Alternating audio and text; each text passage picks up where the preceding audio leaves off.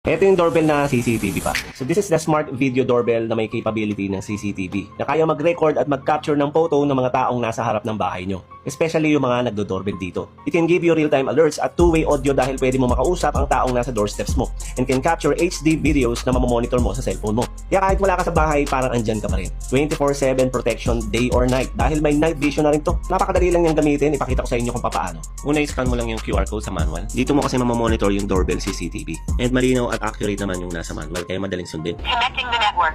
The camera is online. At pag na-connect mo na, ganito na yung makikita mo. Okay na.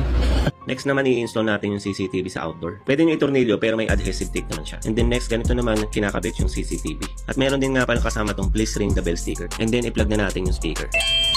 Kaya pakinggan natin kung magsasalita siya. And once na may nag-doorbell at nakakonect yung cellphone ninyo, magno-notify siya. Hello? Hello, narinig kita. Ayan, okay na. Hello ma'am, parang kayo dito. Pakiiwan na lang sa mesa. May battery indicator nga rin pala to sa cellphone mo. At kapag malolobat ka na, iangat mo lang siya para matanggal at ma-charge mo siya through Type-C. Mga 5 to 7 days din to bago malobat. Kung interesado ka rin dito, ilalagay ko na lang yung product nito sa lower screen mo.